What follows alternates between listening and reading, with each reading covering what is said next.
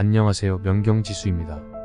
오늘은 대한민국 주식시장을 흔드는 두 가지 이슈, 금융투자소득세와 상법 개정에 대해 다뤄보겠습니다.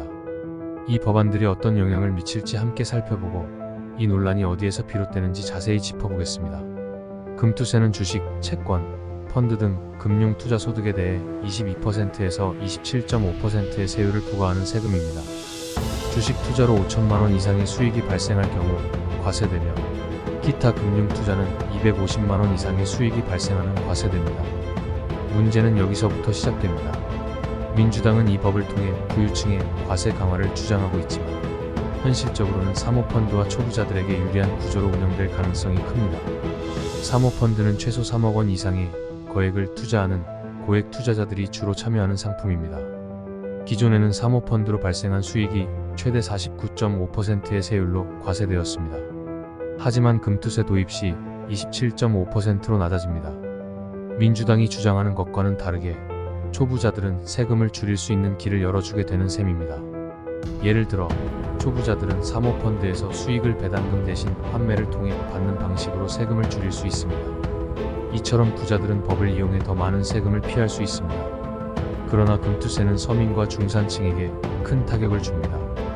금융소득이 연말정산 소득에 포함되면서 수십만 명이 공제 혜택을 받지 못할 가능성이 큽니다.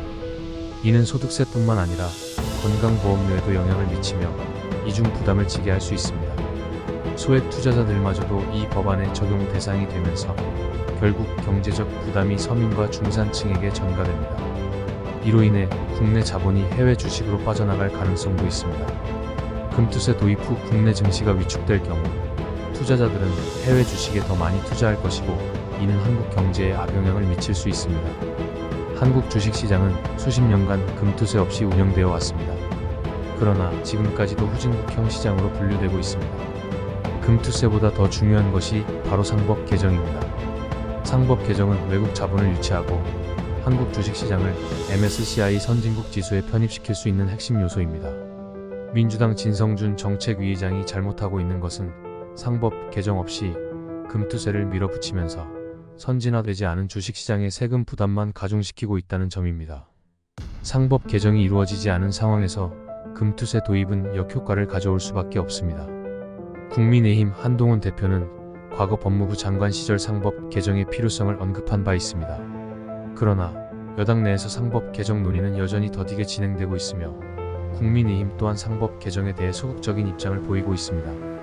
그들은 금투세 폐지만을 외치면서 상법 개정의 필요성을 간과하고 있습니다. 정치권은 상법 개정이 선진 주식시장으로 가는 핵심임을 인식해야 합니다. 국민들의 분노를 금투세에만 집중시키고 더 중요한 상법 개정 문제를 무시하는 것은 책임 회피에 불과합니다. 대만의 금투세 도입 사례는 우리가 주목할 필요가 있습니다. 대만은 금투세를 도입한 뒤 주식시장이 폭락했고 결국 법을 폐지했습니다. 한국도 이와 같은 실수를 반복할 수 있으며 그 피해는 고스란히 서민 경제로 돌아올 것입니다.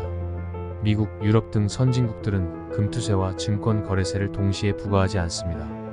그들은 세금 제도를 간소화하면서 외국 자본을 끌어들이는 방식으로 경제를 성장시켜 왔습니다.